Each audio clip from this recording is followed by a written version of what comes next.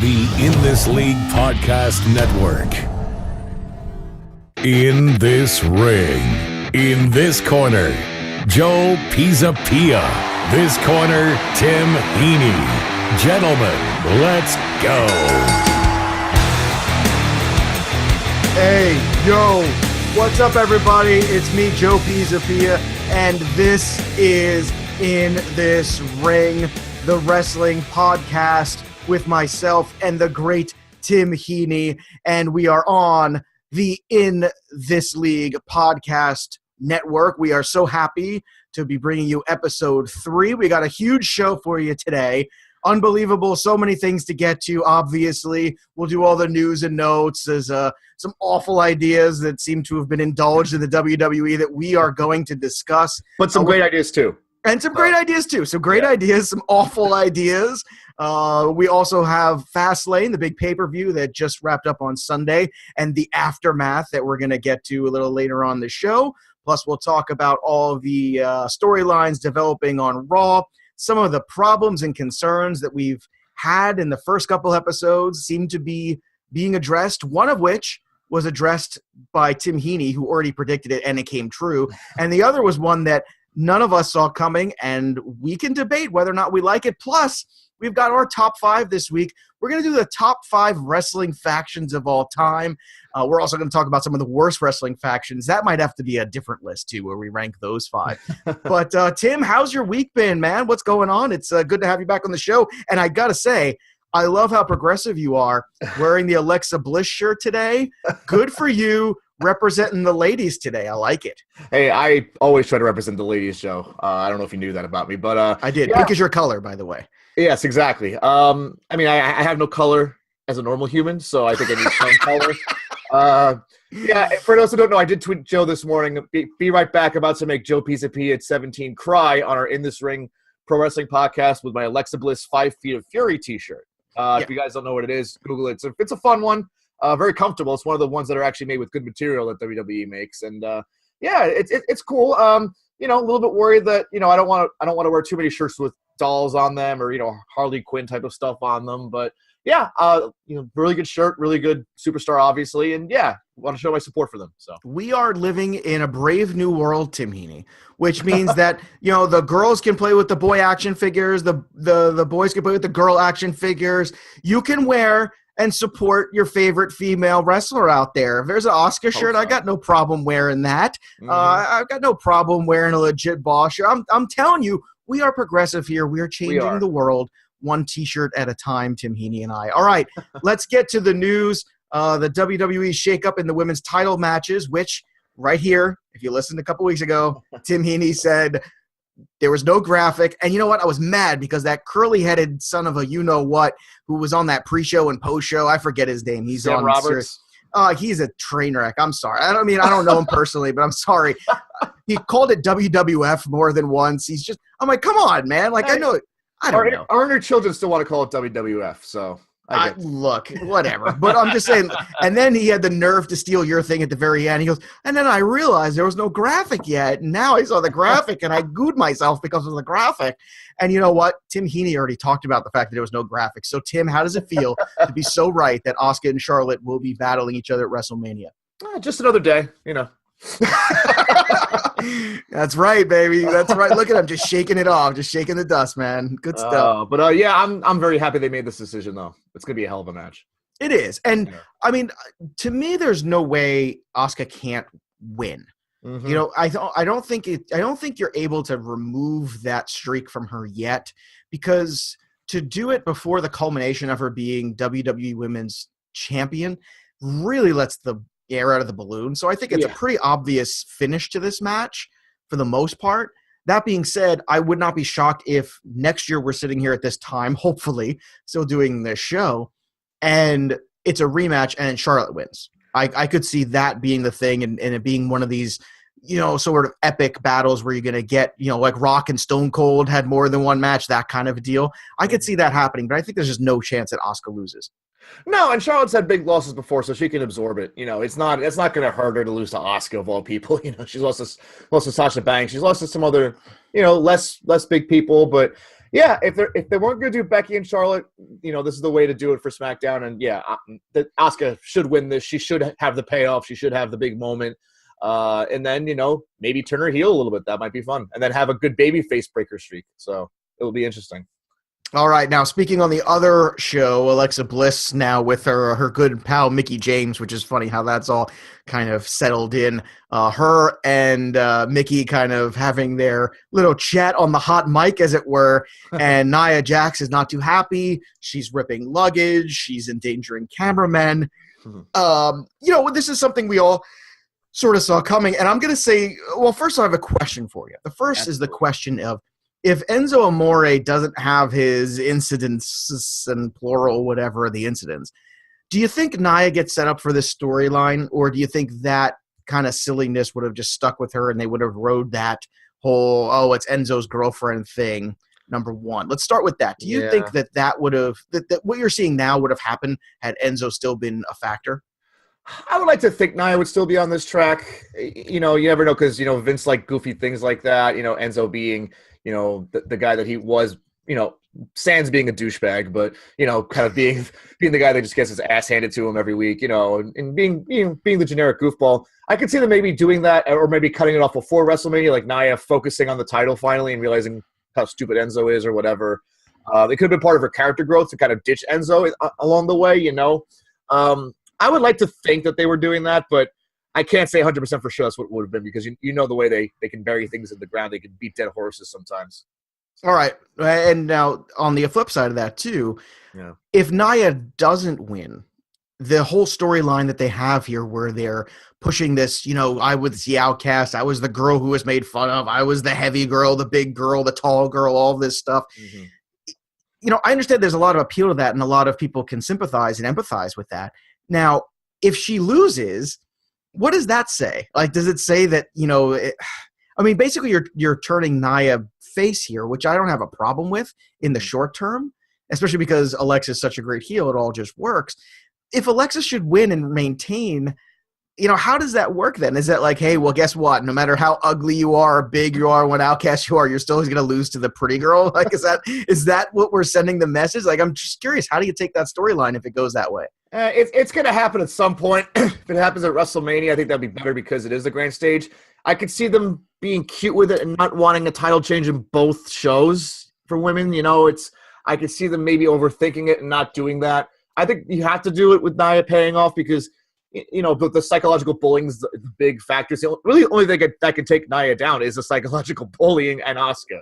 So right. I think Alexa, wheezing her way out of things has been her MO for this whole thing, and I think Nia is going to be a little bit too much for her to run into, because they've had her play up the friendship to kind of try to ward her off from beating her up a couple times. So this is the last straw. I think they have to, pull the trigger on the title change as well, because I think Alexa's done a great job, but I think her reign has to come to an end very soon. So, well, if you believe that the brand split is ending, if those rumors are true, then maybe that's exactly what you do want. Maybe you do want Nia and Asuka winning, and maybe you want that to be the feud for the unification of that belt. And if that does happen, they had better create a women's tag team belt, because that needs to happen, because they have a lot of talent on the roster and they're being underutilized. There's people like Becky, people like Naomi. They need more purpose and they need more opportunities. And it's just, with only one championship belt, it gets kind of difficult to really push multiple people, especially at one time. So why not have these tag teams, and why not filter in a couple, more women from the NXT roster maybe as well? Now, speaking of women's wrestling, the WWE has created the fabulous Moolah Battle Royal, first ever at WrestleMania. And it's funny because it was Women's Month, so I was watching on DVR, and I literally fast-forwarded through because I know what a trash bag Fabulous Moolah is as a human being, and I thought they were just doing one of these, it's March, it's Women's Month, and, we're celebrating all the women, and, as a pioneer in women's wrestling, okay, fine, whatever. And then I fast-forwarded through it twice, Tim Heaney, and then I get here, and I'm looking at the sheets, and I have the thing that you want to talk about this, and what a horrible idea, and I'm thinking, oh my God, they named the Battle Royal after Fabulous Moolah. That's a stupid decision that can only be made by a stupid idiot. I got to go back and rewatch this, and bad job by me. But I mean, when you think about what we know about her as a human being, how she basically stunted the growth of any other woman. And I understand, the competitive aspect of at the time being such a niche in the marketplace, not wanting to give that up. But still, the accounts of her being a terrible human being, a racist, and all. I mean, this is the equivalent of, renaming the Roberto Clemente Award in baseball after Ty Cobb. I mean, what the hell are we doing here?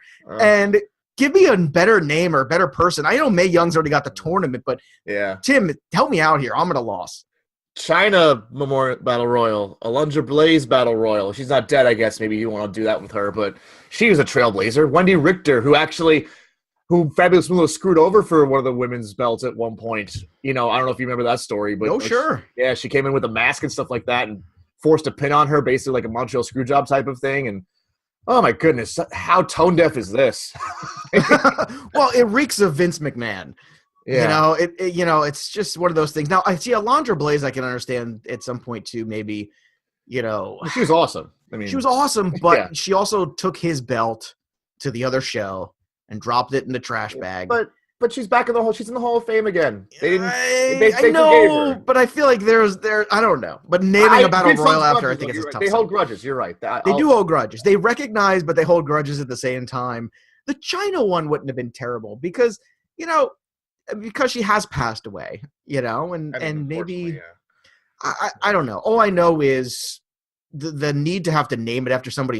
Andre the Giant one was cool, and it was a purpose because Andre the Giant used to do those sort of things, whereas everybody and him, and he used to throw everybody out, which, by the way, how much of a giant wrestling boner do you get when you watch that documentary teaser for the Andre the Giant documentary coming up soon? I mean, come on. Is that not an exciting looking? I mean, how many times are we going to watch that? Probably 7. A hell of a teaser, man. It's going to be exciting. And the fact that it's HBO is going to make it interesting because it's, no holds barred, so to speak, with some of the stuff. So. Well, I thought the Flair one on 30 for 30 went deeper than I ever expected it to, and it was very well done. Mm-hmm. I hope it's as good as that, and we'll see. And I like how they really seem to have dug into it. People forget, too, he was only 46 when he died. Yeah, gigantism's gonna ruin you like that. I wouldn't know anything about that. I'm much closer to 5 feet of fury, like your shirt says. All right. In other drunk news, besides Fabulous Moolah Battle Royal, how about Jeff Hardy getting a DWI? You like that transition? You see him, the Sultan of Segway. He already filmed his cameo in the Ultimate Deletion for the Hardy Compound bit, it seems like, but I don't think this is a big deal. I think this is a guy who's bored, probably who had a couple too many drinks. And made a bad decision. And I'm not trying to belittle that because that's a terrible decision to make. But in terms of this putting him in danger with the company, I don't see that happening. Do you? No, I think they've wanted to have him as a singles push at some point. I don't think they treat DUIs the same as they do other types of drug things. And, we saw Jay Uso back already, after he had his incident with the DUI and still tag team champions. So, you gotta shake your head at what's him doing this type of thing again, and you just want him to get better and get some help or whatever. But yeah, I think they're still going to be on track for him to kind of be in the place that they were planning on having him be in the company. All right, let's also go over to some of the heat that Ronda and Brock are getting. Now, the Brock heat, I always wonder what's a work and what's not. Is him supposed to be there and he's not there, and we're screwed with the crowd and they're teasing him? Is it the Ronda Rousey thing? I just think that was probably just a lazy job by them where it was advertised and she wasn't supposed to be there. But the Brock heat, do you think that's just a work where, he's maybe even canceling or not showing up at these events to really try to drive this storyline home? I like how they're blowing the lines a little bit. They're kind of hinting that it might be, but I don't know. I don't want to personally ask Brock Lesnar this question face to face. So I think I might just leave it. All right, that's fair. I think that's fair. I'm not going to – all right, let's just leave it all alone. All right, let's go to FastLane and recap that. We know main event, AJ Styles retains. I like the ending there, too, with the whole camera in John Cena's face and him pushing the camera away. Mm-hmm. It's almost like he's super face heel in some kind of bizarre world. He's creating this new thing, and I've never been a Cena guy, not ever – I have respect for John Cena, no pun intended, but I just like where this is going. We'll get to this more when we get later in the show. We get to talk about Raw, but your thoughts first on the six-pack challenge. Sometimes these gimmicks of having the multiple guys in there can work. Sometimes it doesn't work. I felt it did. I felt it was a strong performance by the group, and I always feel like the more guys you have, the better the pace can be because guys can take moments off and you can create some bigger spots and moments. I think they did it on the lead-in show going into the pay-per-view, and I think that they did at the pay-per-view as well. Yeah, it was a good little match. You see better matches with all the many people in there, but it was still nicely done. The beginning with Cena attitude adjusting everybody was kind of cool. That took everybody out for a while. Had the little Cena Styles moment in the beginning was cool. Ziggler did his selling. Corbin did his big guy act. Owens and Zayn had their little thing, and the Shane taking them off their pins was nice. Finally, I guess making Shane the heel. I don't know. I'm so confused by who they're actually wanting us to root for in that whole thing. But the match itself was good. I enjoyed the pace. I enjoyed the finish, and everybody did their job. And now Sammy, we'll kind of float between Fastlane and SmackDown too, because it was more of a recap show. Yeah, they're pretty much all connected. It wasn't a lot of new information. It was just kind of a rehash. So now Sammy and KO on the same page with the Shane McMahon thing. I'm trying to think of what's the payoff here. Is it going to be a three-way match with them? Is it going to be a 2-on-1? Is it going to be a tag team match? Is he going to find a partner? Is it a Dolph Ziggler or a Baron Corbin who doesn't have a dance partner right now at WrestleMania? There's no way they can keep Ziggler out of WrestleMania. I don't see how that's possible considering all the contract negotiation stuff he went through. So that's where my money is. How about you? How do you see that working out? Yeah, I have less of a confident answer than you do on this one. The triple threat would make sense because I still think they'll play back into Sammy and Kevin kind of taking each other's opportunity. Maybe they'll play off each other that way. It would kind of be weird to go back to them, being enemies again fully. They were enemies for the sake of winning a title this time, I guess. That was a little different. I do want them to keep that bond going, I guess. I'm at more of a loss for words because it is kind of vague what they're doing right now. Shane taking the leave of absence and getting his ass kicked, taking some crucial bumps and making some weird noises. I don't know if you caught that. Oh yeah. That was, I don't know if that was good selling or, maybe they went too far, but yeah, I like where Sammy's going too. I think that Sammy's had some really good mic work lately, and Sammy's another one too that was kind of wasting away in the middle ground, and now he's out of limbo. And I think he's doing a nice job with the opportunity they've given. I think he's ready for more stuff, and I think he showed that he can handle the bigger stage without a doubt. That turn he did on KO was terrific. The post interview on the ramp right after was terrific. That whole thing was great. Yep. So I'm really positive that they're finally starting to recognize. It's funny because all the guys that we said were underutilized all of a sudden in the last 6 weeks or so have been utilized. Speaking of utilized too, how about that U.S. Championship match? Randy Orton becomes, and this is probably news as well, but becomes one of the few Grand Slam title holders in WWE history, which is a big deal. And look, I got no problem with this. I told you, to me, Bobby Roode is a, I hate this phrase, but he's kind of a nothing burger right now for me in this. He's lost in the shuffle. He doesn't have a point of view. He doesn't have a character. He's basically just this guy who comes out in a robe in a half Ric Flair outfit kind of thing and says glorious, and that's not enough for me.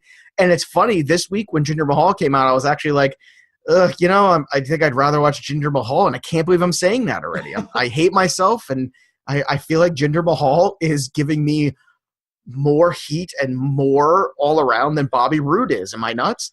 They've botched Bobby Roode's entrance into WWE from NXT. And we've talked about this a couple times. NXT Bobby Roode was like peak Bobby Roode. TNA, I'm wearing a suit and I'm a jerk. I'm going to belittle you and your family and stuff like that, Bobby Roode. And they made him a babyface just because they found it hard to boo, I guess, his entrance music, which I'm guessing they kind of why they're building his whole character around that, which, that's but you can't do that. You can't. It's terrible because that's like saying, people chant, they cheer when Kurt Angle comes out and then they say you suck after, and they love him. Right. They don't go hand in hand. This whole notion is that they'll still go through the motions of everything, even though they hate him. It doesn't matter. I know. Oh, I'm with you, but it's just that whoever's writing his stuff needs to really think about where they're taking him, unless there's going to be a big heel turn coming, which I don't think it is, because they have Orton kind of acting that way last night, being the smarmy, cocky jerk he used to be, legend killer type guy, and then Jinder Mahal, they're never going to make him a baby face. So yeah, it's just it's Bobby Roode as a baby face, like you said, does nothing for me. All right, before we get to the tag team division too, let's chat a little bit about where we left off with Nakamura and Rusev, which was a match that had a lot more, even for a match that had absolutely zero buildup, right? Where it's just basically thrown in, hey, Rusev needs a match. Hey, Nakamura's not fighting anybody. Why don't you two go together and play a little bit? And no buildup, nothing. The crowd could not be more into it. And it started the show, and I thought it was terrific. And man, if they screw the pooch with this Rusev thing, they're really missing the boat. Mm-hmm. Something is happening. I don't know what you want to call it. I don't know how you want to recognize it, but if they don't recognize this and find a smart way for him to get involved in things, it's going to be at their detriment, because Rusev right now is a thing, and is another guy that I feel like needs more of a spotlight on him at this point. Yeah, as a groundswell, I'm going to call it, because it's it's great character work on both their parts. Aiden English being that the singer that he's actually got a decent voice, but he's good. He's bad enough where it's going to annoy people. So I think the gimmick works. I wish that in the Mixed Match Challenge match from last night was a little bit different result. Maybe we can talk about that later, or unless you want to talk about it now. But Bobby Roode and Charlotte going over on Rusev and Lana kind of pissed me off, because Rusev and Lana, they're a better crowd working type of team, and their character has been crazy since they've been tag team. Why would you want to break up a husband and wife tag team like that with so much momentum? I don't get it. Bobby Roode could take a pin easily because he's been losing. So, I think ding, ding, ding. I think that's it. It's like you don't want to keep taking pins, because then you become the whipping boy. And, as far as Charlotte goes, Charlotte's a big deal in the company. So I think that's exactly right. It would have been the fun upset. But who's the one laying down? Can't be Bobby, because he's laying down too much. No, it can't be Bobby because he's laying down too much. Well, it can be, but is that really good for business? Yeah, well, he's not really offering anything right now, so why not? Rusev and Lana are good for crowd interaction. All I know is every day is Rusev Day around here. So let's talk about going through the tag team match that did not finish. The Bludgeon Brothers with their giant 80s gimmick and their even larger mallets came out. I'm trying to figure out what the mallets are really made of, because I know. Right? Is that all you think about when they come out? I swear to God, Tim, all I think about is what's going to happen when they hit him. Oh my God, Yeah, well, I'm saying is that, all right. Well, I know they're not mallets, number one, but I know they're not plastic. So what kind of heavy foam? And I see when they drop them, like how much do they bounce? That's all I care about, is what are the mallets made of. That's a tricky thing to manage in this reality era. That's it. And look, this whole destruction of Usos and New Day was, look, this is their reputation. This is what they're trying to build. I kind of like their style, which is the almost masochistic style of beating each other up in order to hurt other people. Yeah. Like, I'm going to force you down on somebody to make it even a bigger impact body slam, or I'm going to slap you in the face first before I throw you into this guy. I kind of like it. It's kind of neat. Maybe it says something about me as a personality. I have some flaws, but I don't know. Hey, we're getting deeper on the show today, aren't we? It's very deep. This only is episode 3. It's episode 3, and everyone's already finding out a little bit more about Joey P. But I kind of think it's different, and I'm all for different and unique, and it's a good situation, I think, for them. I've watched that Xavier Woods bump onto the stairs, the quote-unquote steel stairs, which we all know is just a high-grade aluminum, but I love how they always put the word steel in front of chair and or stair every time, just to drive it home that it's all made of steel. But I watched him take that bump initially, and I was like, wow, he really took that perfect. That was a great job by Woods. That was my initial impact watching it live the first time it happened. As a stage combat guy, that's what I'm watching. I'm watching how he falls, because I knew that was going to be a tricky one. Yeah, for then sure. the whole thing when they take him out on the stretcher and all this stuff, right? So I'm watching it, and then immediately it's Xavier Woods has this spine, I forget exactly what they call it. I think they said, yeah, right, which is a bruise. Yes, you're going to have a bruise when you take that kind of a fall on even aluminum. It's going to hurt, right? So the quickness in which that they reported it and then sent everybody to WWE social media to follow it, to me, this was obviously a work from the moment one, and it was effective because there was that moment where it was enough for people to go, oh, what is this something? Is he hurt? Yeah. So, what was your take on that? Do you like kind of riding the line when it comes to people's well-being and injuries at this point when we're in 2018? Well, the whole that they gave so much time to the beatdown made things uncomfortable, and you're like, oh, all right, well. But no, still very effectively done. the gimmick is nice. I think it helps Eric Rowan more so because we know Luke Harper can go regardless of gimmick. And, yes, he can. Rowan does need a little something extra character wise. Not that he's bad in the ring. He's just he has that lumbering, bruising style that can use a little bit of an enhancement sometimes. And yeah, I'm a Bludgeon Brothers guy now. I mean, they built him up right. They did the whole Nia, Braun Strowman build of beat up jobbers, and then finally work your way into a big picture. It's easier to do that in the tag picture because it's a little bit lighter. But I do worry that I wonder where War Machine would fit in because their gimmick is very similar to Bludgeon Brothers. Their attire's kind of the similar color, and War Machine, like I said, no offense to Bludgeon Brothers, much better in the ring. So it'll be interesting to see if that ever plays off on each other. Yeah, I mean, if they're not doing the brand split, then I think they can coexist in different, zones. Right. But to have them on the same show would be tough. I agree. And it comes out to the same thing, too. It's just there's too much talent in the tag team division on one side. Yep. And we're going to get to that later on in the program. But, it's just this is how it is right now. All right, let's fire up the rumor mill.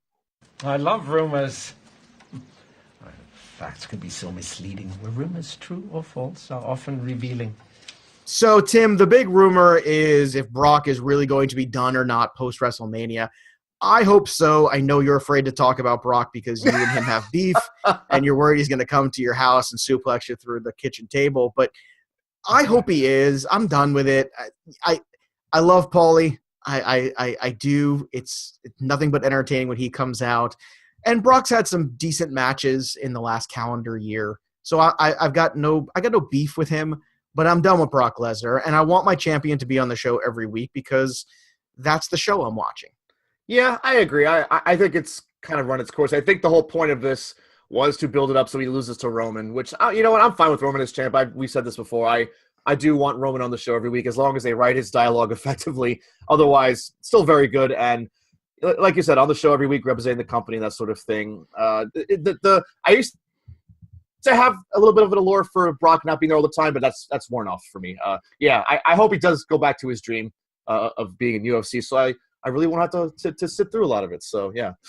No, it's done. It's over with. And how they spin it will be very intriguing. We talked about it last week too. I think the possibility of Paul Heyman being the guy that turns on him would be fantastic, and put him and Roman together and let that happen. That would be fun. I just think that would be a fun thing that I don't know if everybody would see coming. But if Paul Heyman goes, I see the future and I see you know what, Roman was right about you. Roman was right. You're not here. You're not committed, and I can't go with you anymore. Like that would have been, talk about the next, the show on Monday night coming back from WrestleMania. Talk about that show leading off with one of the most epic monologues of all time about why. That would be tremendous. I still get chills with Paul Heyman promos. So, it's great. Maybe Brock reaches for a chair or something in the main event and Paul won't give it to him or something, something like that. That'd be pretty sweet.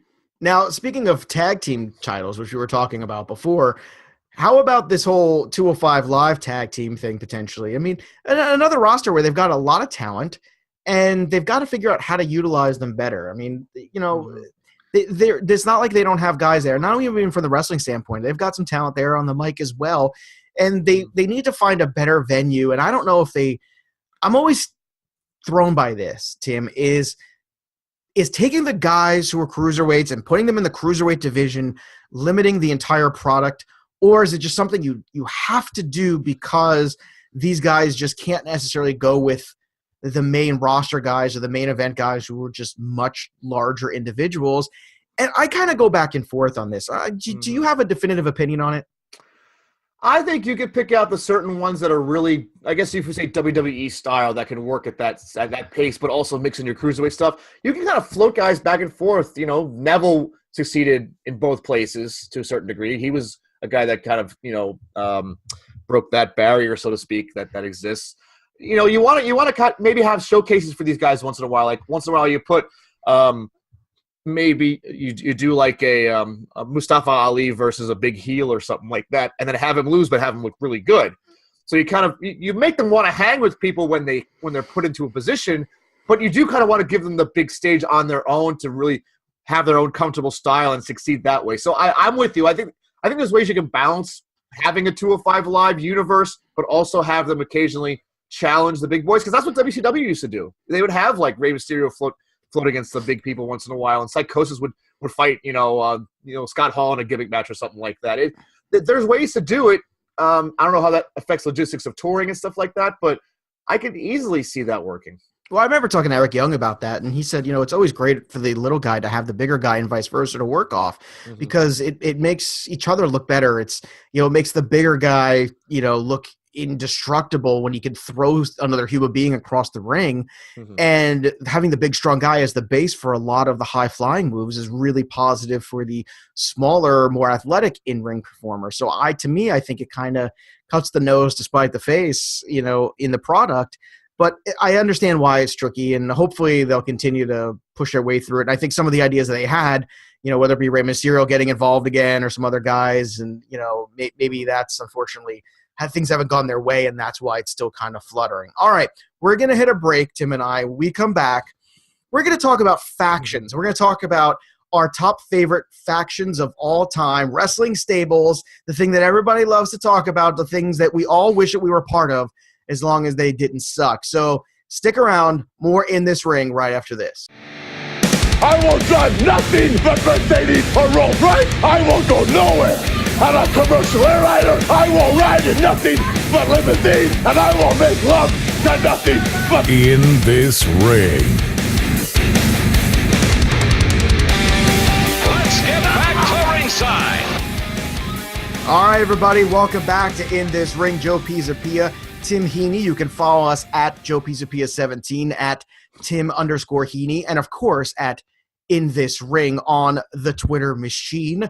We were talking last week with our many, many fans. So many fans already. So many fans. So many fans, Tim. It's unbelievable how many people listen to the show, okay? It's got like 5 million downloads, okay? It's so many. Believe me. Bigly downloads, okay?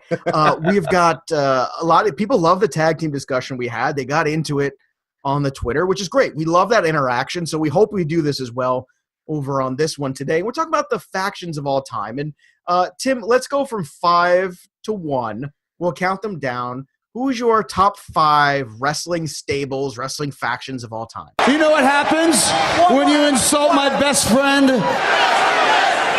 You just made the list! Okay. As you saw on the tag team countdown, my love for Bret Hart and the Hart Foundation, knows very few bounds, especially in terms of technical wrestling knowledge and how to book a match and stuff like that. So Hart Foundation is number 5 for me. Bret and Owen, you're going to have to do something with that. You have to include them somewhere because they were both great.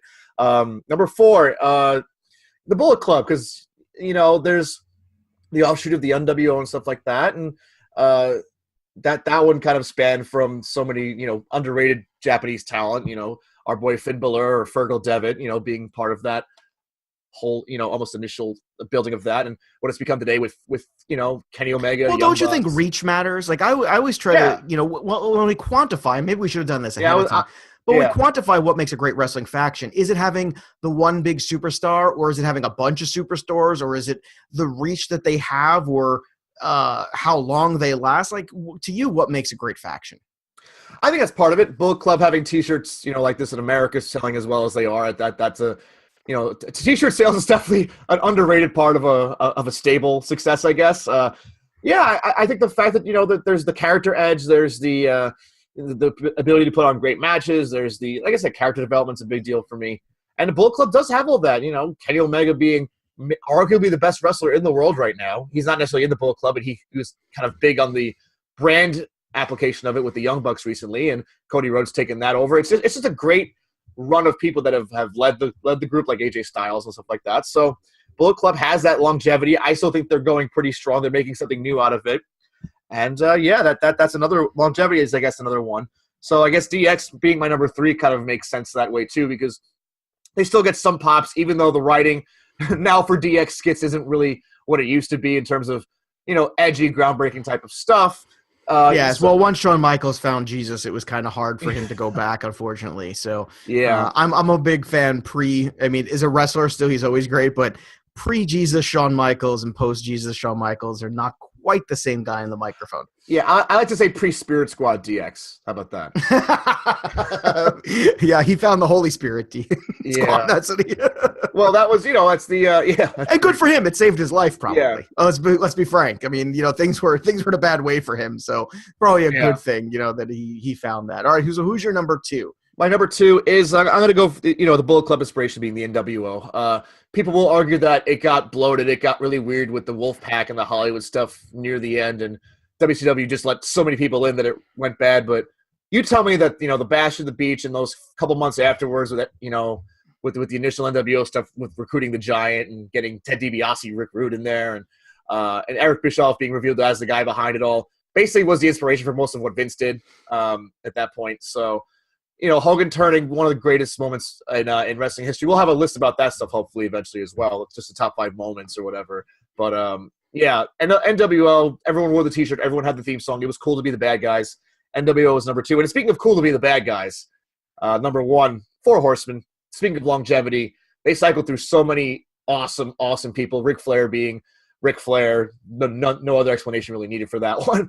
Arn Anderson, Tully Blanchard, Barry Windham, all those guys, Ole Anderson, I guess, and just fantastic stretch. Even when you talk about like the Chris Benoit years, later on, they just knew how to kind of keep that going. Brian Pillman, before he unfortunately passed away, just fantastic work, and that's a gimmick that you're better than everybody else. That they played that better than anyone. So Four Horsemen number 1. I'm not much shock, I guess. No, it's not much shock, and I know you and I were kind of arguing off.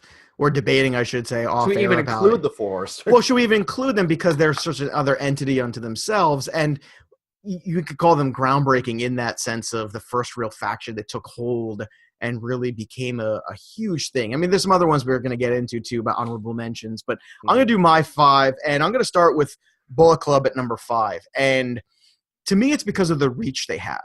Yeah. It's because, going over the multiple continents, that is a very special thing, going over now multiple years, in multiple wrestling leagues, where you or in companies where you're going in different places with the Bullet Club, and everybody knowing who's Bullet Club and who's not. And I'll tell you what, I watched a great match this past week too, Kenny Omega versus Switchblade Jay White, where he actually laid down, but he actually dropped the U.S. title in New Japan to him. If you haven't seen that match, go see it. Also, one of the my favorite part of that match, in the very beginning when Kenny's got him on the side, he's kind of pushing him away very slowly, and he takes his hand way to the top and then slowly brings it and just taps him on the face with a little slap. That was the most amazing Kenny Omega moment. I love it. It's so spectacular. And that's the thing that I talk about too, is like, if you're going to work sometimes in the ring, don't be afraid of the pace to slow it all the way down. Yep. Because you can make some incredible moments very simply by doing very little. And Kenny gets that. If you haven't seen that match, go check it out. Go online, go find it. Check it out. And Jay White, good for him too. Talking about evolution of a guy too, really coming along and reinventing himself again. The Switchblade thing it's working for him. I like what I saw. So, if you're not watching New Japan and you're a wrestling fan of the actual in-ring work, you're missing out, man. It's just a brilliant work going on there. From a storyline point of view, sure, it's always going to be a little bit of a lack because of the language barrier and stuff. But from a in-ring perspective, it's just on a different level. So Bullet Club for me, because of the reach, is number 5. And Heart Foundation, I went back and forth with, but the reason why I ended up going with Bullet Club at 5 instead of Heart Foundation was because I looked at Heart Foundation as, again, Bret Hart. Owen was terrific in his own way, but, the rest of the Heart Foundation, British Bulldog, fine, whatever. I understand in the business he was very well respected, but never got excited for British Bulldog matches. Jim the Anvil Knight I already pounded last week on the tag team thing. I'm not going to go there again. So it's just kind of like, it's kind of like Bret Hart and company. It's like the support squad of Bret Hart. When I want a faction that's got folks in it, that's got star power with more than just one guy. And that's why number 4 is DX. I love DX. I'm a DX guy. Everyone knows I'm a huge Shawn Michaels guy. I'm a big Triple H guy. I'll never forget, I was in Madison Square Garden when Triple H came back from the quad injury that night with the denim jacket and the whole spit in the water and all thing. And I've never seen so many people so loud for such a long period of time where someone did nothing. He was just out there, and everyone just was like, "Oh my god!" and they just lost their mind. Yeah, it was an incredible place, and that's star power. And DX had that. The reason why I can't put them higher is because the post Shawn Michaels DX with X-Pac, with with the New Age Outlaws, I can't. I like some of that, but it was just a lot of nonsense, and all of the cool and danger went out of it the minute Michaels left, and Triple H was already ticketed for bigger things. My number 3 is the NWO. Now, I am not a WCW guy, even though I watched a ton of it. The NWO is absolutely, without a doubt, revolutionary. What you're talking about is the whole Hogan heel turn situation. I couldn't agree more with you. NWO definitely had that thing about it where it was, my God, this is really earth-shattering and different. And they did such a great job, Nash and Hall, when they came over, kind of making it feel like, what's going on? Is this part of the show? Is it not part of the show? Mm-hmm. And it was revolutionary and groundbreaking. The reason why they're 3 and not 2 for me is because of what you mentioned, is the watered down NWO, and then the Latin World Order, and then we got the This World Order, and it just became, and then who's in it this week? And now, oh great, Horace Hogan's in the NWO, and who's in this? I mean, if you were in WCW and not in the NWO at some point, I question, like, what happened to you? Like, what, did you lose a bet? Like, how much of an outcast are you to be in WCW and not be an NWO? And to me, when it waters down, it kind of kills the overall. That helped make DDP's career being against NWO. And you're right. Sting also being, Sting. So, and that was a great moment of when you thought he was going to turn and then didn't. That was probably the pinnacle of his career. But don't you think that, part of it, longevity, reach, all that stuff, because DX did have that, at least that second bump. It wasn't quite as good the second time around, but still at least mildly entertaining. Whereas the NWO, the disintegration of it, it was bad. And then the attempted comeback of it on WWE was just awkward. Well, we should have had Austin Hogan, but that's a whole other story. As good as Rock Hogan was, and Hall wasn't, back to like DDP Yoga saving his life as he is now. He was still kind of, out of it a little bit. And, Nash, I was never the biggest Kevin Nash fan, so I don't know. No, I can understand that. Now, here's my number 2. When you talk about wrestling stables and wrestling factions, they were, if number 4 and number 3 is DX and NWO for me, that means number 2 has to be the Clique. And it has to be the Clique because that's the impetus for what we know as wrestling now.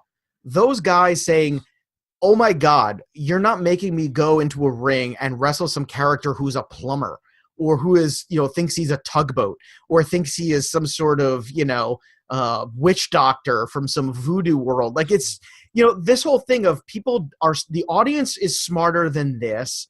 The audience deserves more respect than what we're giving them. And to me, the Clique with, that original group of guys in WWE with Hall and Nash and HBK and Triple H and Six Pack at the time, or 1, 2, 3 Kid, whatever the hell you want to call Sean Waltman.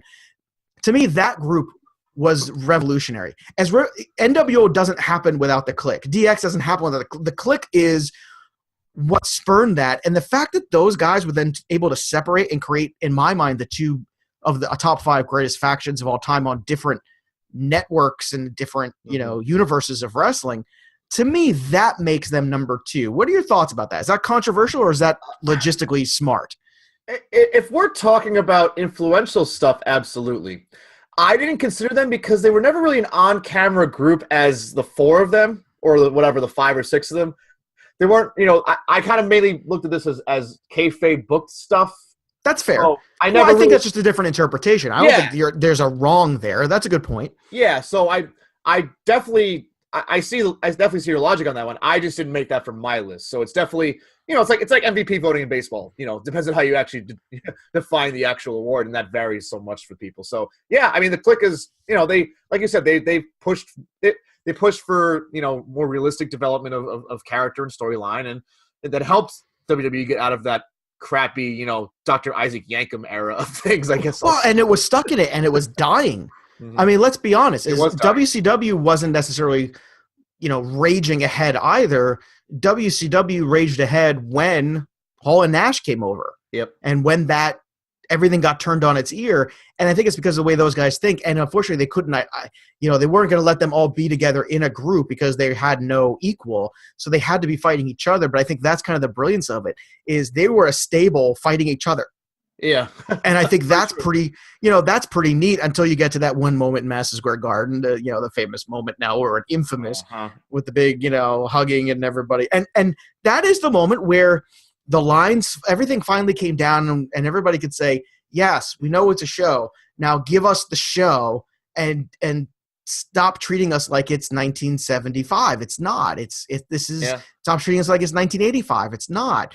It was 1995, and it was time for a change. And my number one is also the Four Horsemen too. It's because of the in-ring work of the group. It's because without them really setting they are the gold standard of wrestling stable. And I understand they didn't have, the members to change over time, but whenever you have Ric Flair at the top, it's hard to come anywhere close to that.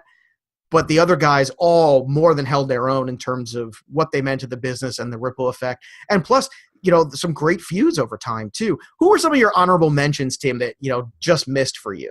Yeah, I just do want to acknowledge the Horseman breaking Dusty's arm was one of the first things I ever saw in wrestling on oh wow video. I'm like, oh my god, that's amazing. that's a good wow. Warped my mind as a kid for sure, but yeah.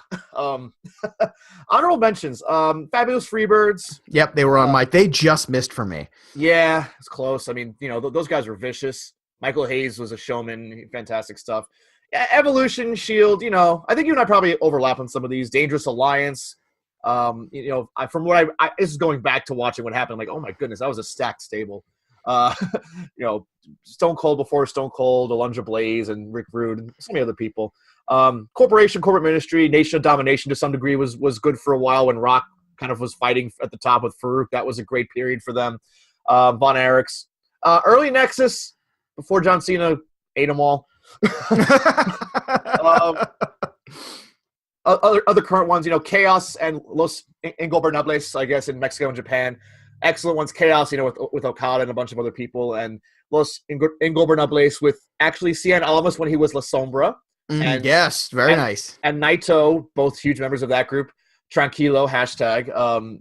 They're one that you should watch more. Speaking of New Japan stuff, that's just, fantastic wars between those guys. But my two big sleepers I want to mention that no one probably mentions. Straight Edge Society, led by CM Punk. See, I found them some annoying. Some of the best mic work WWE had done in 10 years at that point, I think. I found him annoying. I mean, as much as I love CM Punk, I found him annoying. And maybe that's the point. Like, maybe that's his great success is I just felt like my frustration with CM Punk is I feel he was so talented, but he was so much unwilling to give over. I don't know. I felt like he was always going to be CM Punk doing it CM Punk's way, and that's fine to a certain extent, but I think it led to the ultimate downfall of him. Yeah, I have my issues with him too, but I thought the idea for that stable, and it was a really good vehicle for him to kind of maybe, another one of those where you translate frustration through storyline, I guess. Yeah. What about the Heaney family? How about that as a wrestling stable? Some of the guys that came through there in the old school in the 80s, talk about those. The corporation had its moments too.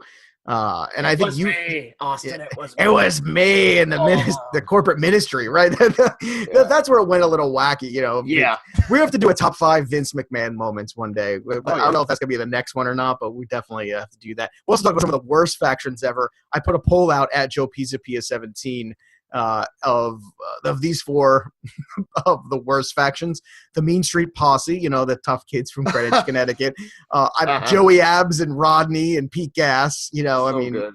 None of which became I feel like they legit were just his friends from Greenwich, Connecticut. Of course, they absolutely were. Yeah, I know. It's like, hey, you guys want to hang out and like be on? Oh yeah, Shane's dad's Vince McMahon. Totally, we could be wrestlers.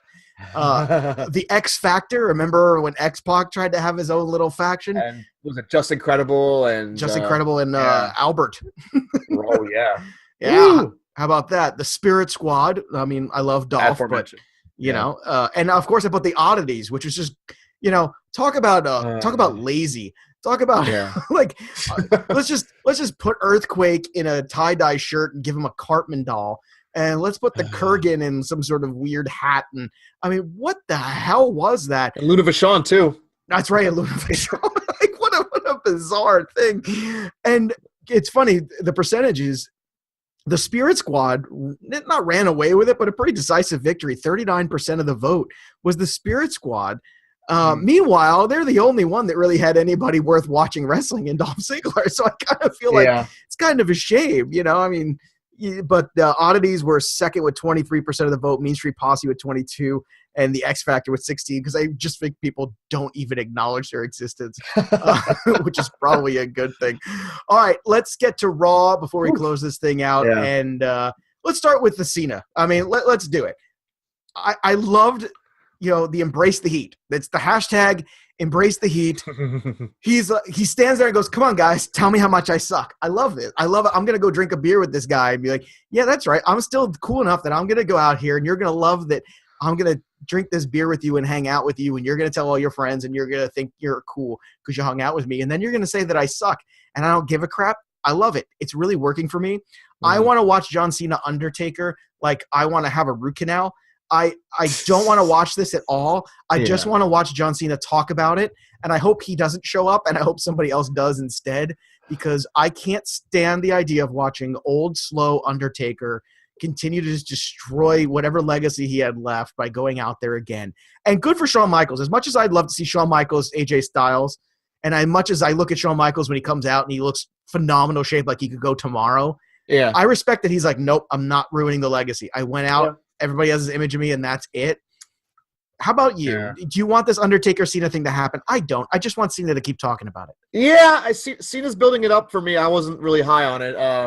I think we missed the point where Cena Undertaker would have been something to see. Yeah, it was like 8 years ago. Yeah, and the fact that Taker, yeah, exactly.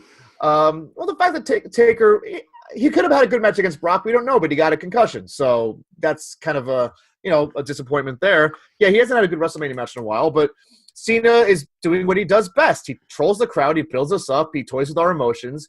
I'll say I'm always the biggest fan of John Cena's character development ever, but I love this version of him. I love that he's trolling everybody. I love that he's trying to needle us into saying, he's in on the joke with us now. I don't know. He's over. I'm telling you right now, it might not be 100% over, but he is over. He is more over than he's been in a long time with the hardcore audience, with the real base of the fan base. And I love it. And I think that this is exactly the direction. And I give him credit, man, because I don't know if there's another dude out there that could do what he's doing right now. Mm-hmm. No, I don't think so. Well, that's what happens when you've been the top guy for so long. So I almost want him.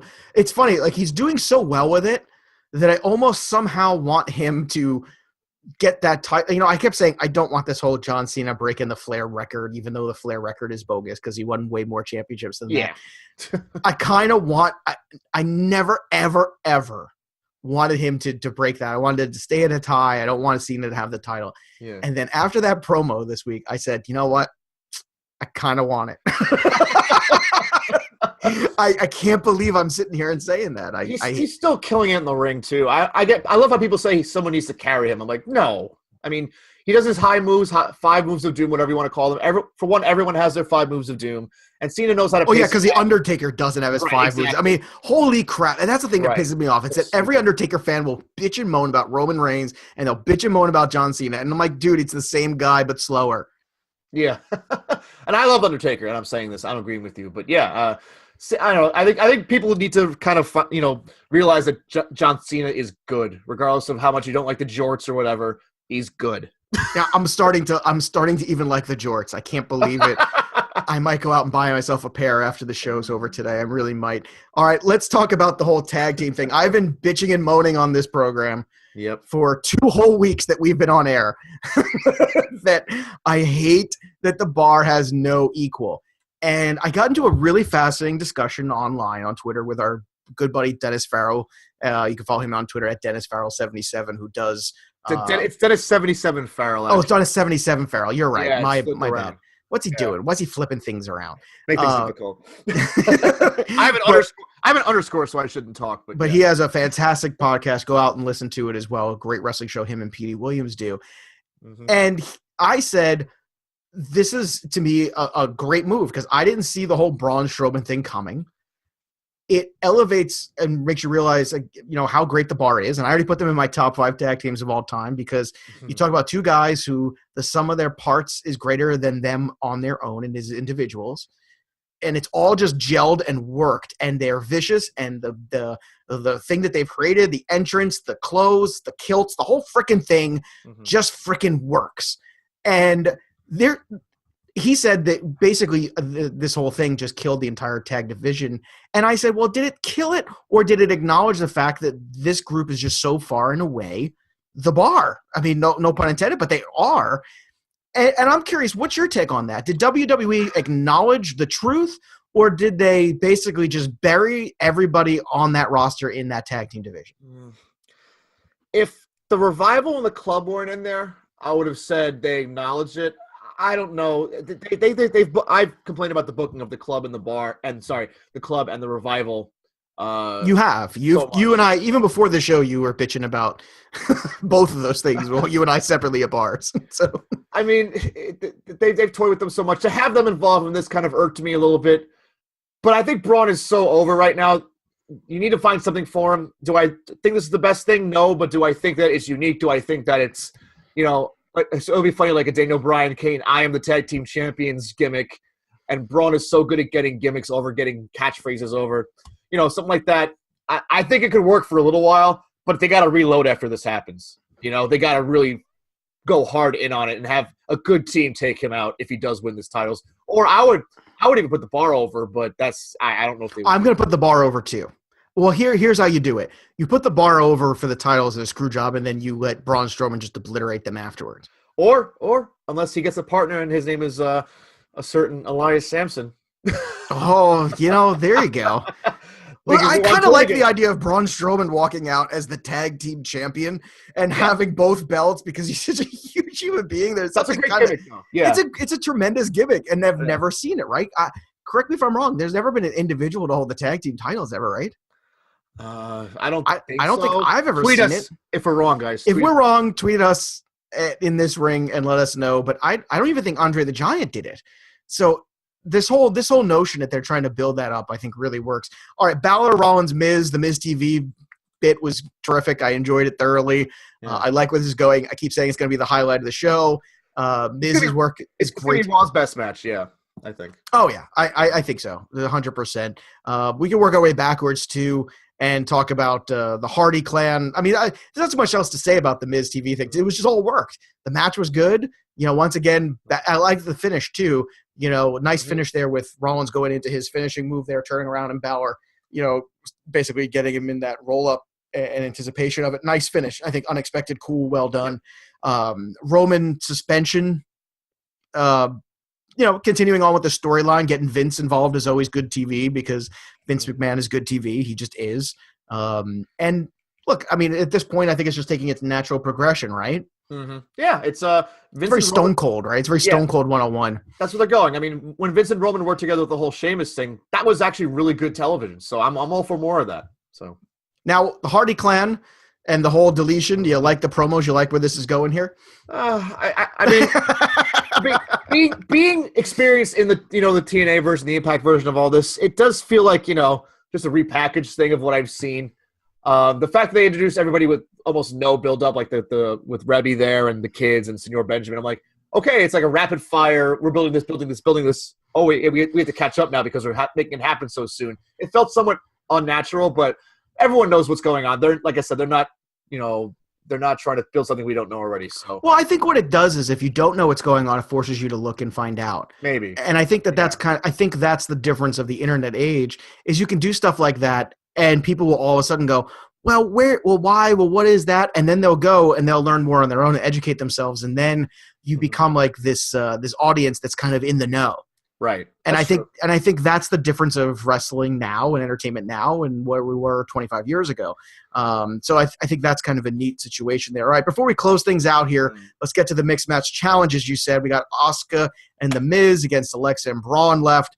Charlotte and Bobby Roode against the second chance vote. Is Rusev the second chance vote? I hope so. How is he not? I mean, Becky Sammy's a good team. Sasha Balor could be popular, but the best gimmick built from this is, Lana is the best. Lana number one.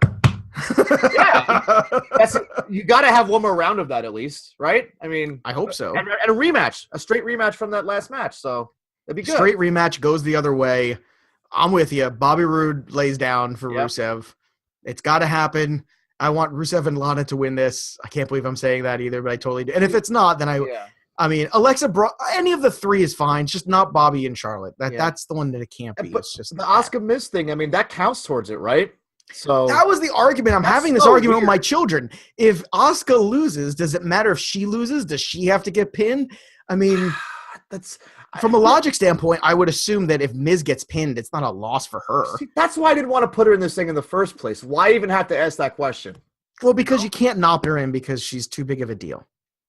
Yeah, but she's got her own thing going on. You could have had someone else that needs a little more bump in there, you know? I don't know. I don't know. Well, I mean, Mandy was in it, for God's sakes. Well, She took Paige's spot. Well, that would be a good gimmick, too. That's probably my second vote. So, Well, not enough Mandy Rose. That's always what I say. That's going to be pretty much my critique of anything. All right, you can hit us up on Twitter at InThisRing, at Joe Pisapia 17, and at Tim_Heaney. And look, hit us up next week for your top 5. What do you want us to do? What are the top 5 you want us to do? Which seems to be the thing. People want to suggest stuff, and we did one from the people this week with top 5 stables and factions. So whatever ideas you got, shoot them at us at In This Ring, at Joe Pisapia 17, at Tim_Heaney. And remember, kids, to be the man, you gotta beat the men, and we are the men. Woo!